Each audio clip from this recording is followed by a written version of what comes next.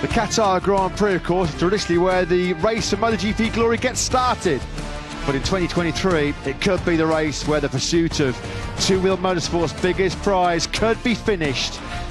It's a slim chance, but it is a chance for Pecco Bagnaia to be the first rider in 25 years to successfully defend the #1 plate.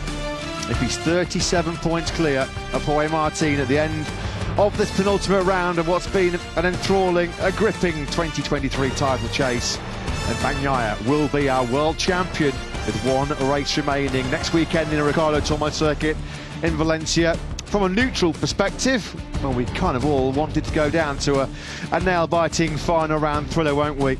As we get set to tackle the beautiful Qatar upgraded facilities here. They really have done a fantastic job. 20 months since our last visit. Of course, since 2007, Qatar, as you mentioned, has been our traditional launch pad into the new season. But will we see the MotoGP title decided here this weekend? FP1 up next to kick off the action as the sun starts to set off into the distance. And we get set for the spectacular night lights of the Losail International Circuit. Matt Burton-Lewis will be in the commentary box. Simon Crayfart down in pit lane. The tail of the tape with 2 to go. Just 14 points splitting Bagnaia and Martin. A vital 9th double podium of the season last weekend in Malaysia for Bagnaia means he is still just about in control of this year's World Championship. As the tension builds, the pressure certainly does build, doesn't it, on Prima Pramac Racing's Jorge Martin, who's on 398 points. Just one podium, though, in the last 4 Sunday Grand Prix. That has hurt his challenge of late. Now, of course, we know in 2024 that Pecco Bagnaia will be a factor in the Ducati rider. Will Jorge Martin be joining him?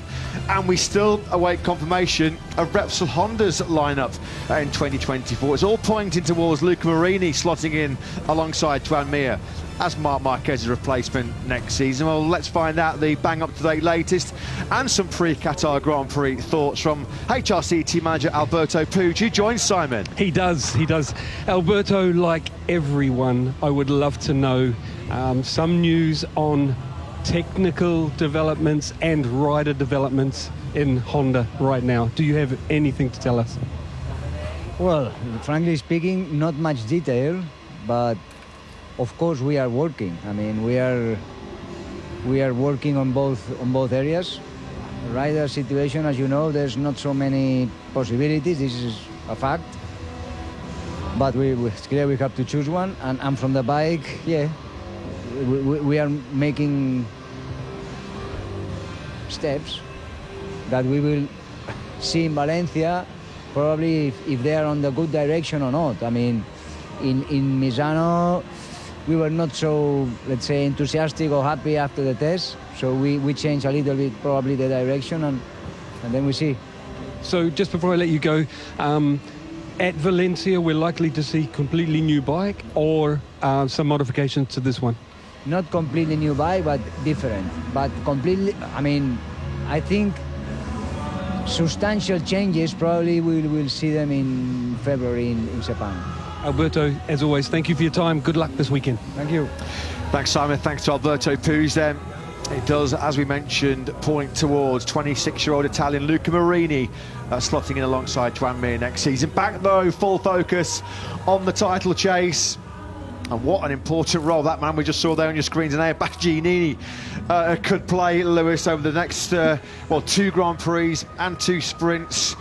An astonishing turnaround last weekend in Malaysia for the Beast. He qualified last in Buriram, went from last in Thailand to winning that Sepang Grand Prix, helped by a new engine braking setup, helped in particular by a new thumb-operated rear brake, but an astonishing turnaround, and he might be hitting top form at the perfect time, particularly for Pecco Bagnaia, because we saw in the sprint in Sepang, Bastianini clearly resisted and sat and protected Bagnaia, and he could be a crucial key ally for the world champion, particularly here this weekend in Qatar, and if we do roll on to a season finale in Valencia. Quite a useful ally, quite a useful trump card that Ducati might have up their sleeve over the next 2 weekends. So good to see Enea Bastianini back in the mix once again. A season that very nearly, well, never really felt like it got going, did it, of course, with that injury sustained right at the start of the year in the very first Tissot sprint back in Portimao, that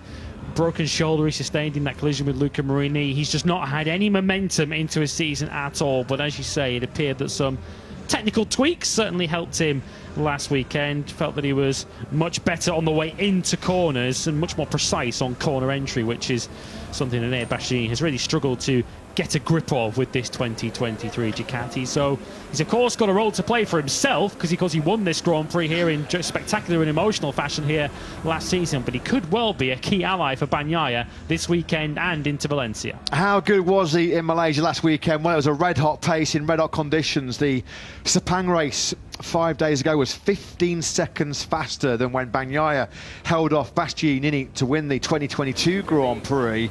Bastianini's best lap last weekend was 6/10 quicker than his PB in 2022. This year he did 14 laps in the 159s, where over a year ago he did just 4. It was a super fast race pace. We saw Alex Marquez, great to see him have his best weekend of the season, winning the sprint, second also in that main Grand Prix.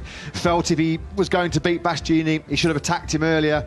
Of course, ran into a few front tyre temperature and pressure issues. There we just saw there on screens. Great to see.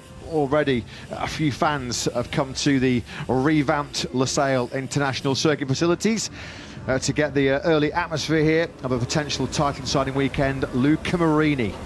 How many different names have been linked with that Repsol Honda seat in 2024? When you look at the current grid, well, Alex Espargaro, Maverick Vinales, Miguel Oliveira, outside of the grid, Fermin Aldeguer. But it does look like Lewis, Luca Marini.